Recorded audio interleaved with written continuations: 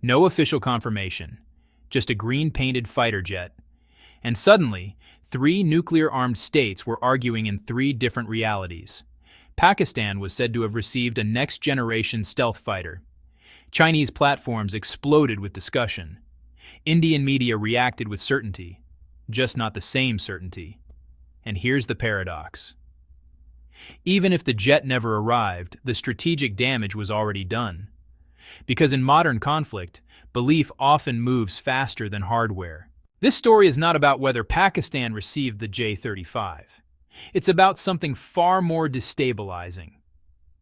What happens when rumors outperform reality and nations fight wars inside information bubbles that never overlap? Let's start with the photo. On its own, it proves nothing. No delivery ceremony, no Air Force markings, no confirmation from Beijing or Islamabad. But it didn't need proof, because the rumor landed in perfect conditions. China is publicly testing multiple next-generation platforms. Pakistan already operates advanced Chinese aircraft.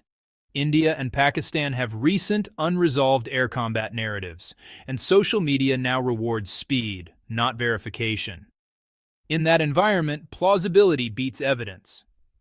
Once Tencent-level platforms discussed it, the rumor crossed a threshold. It became discussable and therefore believable. Here's what makes the rumor technically weak, but strategically fascinating. The J35 is still in production ramp-up. Priority appears to be naval aviation, not export. Its mission profile is broader than pure air superiority, meaning more complex avionics, new tactics, longer testing cycles. Exporting such a platform early would introduce risk, not just to the buyer, but to the developer. That doesn't mean cooperation is impossible. Training exchanges? Likely. Familiarization flights? Plausible. Early doctrine development? Logical. But a full operational transfer right now would be premature, which raises the question, if the delivery is unlikely, why did the rumor feel so powerful? Because the real battlefield wasn't the air, it was perception. In China, the rumor reinforced confidence. Our systems are advancing faster than our rivals can react. In Pakistan, it symbolized future deterrence. Our strategic depth is expanding. In India, the reaction fractured into 2 completely different narratives. One side interpreted the rumor as escalation, the other dismissed it as fabrication or propaganda. Both responses are dangerous, for opposite reasons. Here's the rarely discussed problem. India, China, and Pakistan do not share a common reality about recent conflicts. Each audience, consumes a version of events that confirms national success. Losses become strategic withdrawals. Contradictions become enemy misinformation. External evidence becomes AI-generated or hostile media. So when new claims emerge, like a stealth jet transfer, they don't update beliefs. They harden them. This creates a system where deterrence signals are misread, escalation risks are miscalculated, and adversaries assume reactions that never occur. There's an assumption that information warfare weakens an opponent. But when audiences reject all external information by default, something strange happens. Psychological pressure stops working.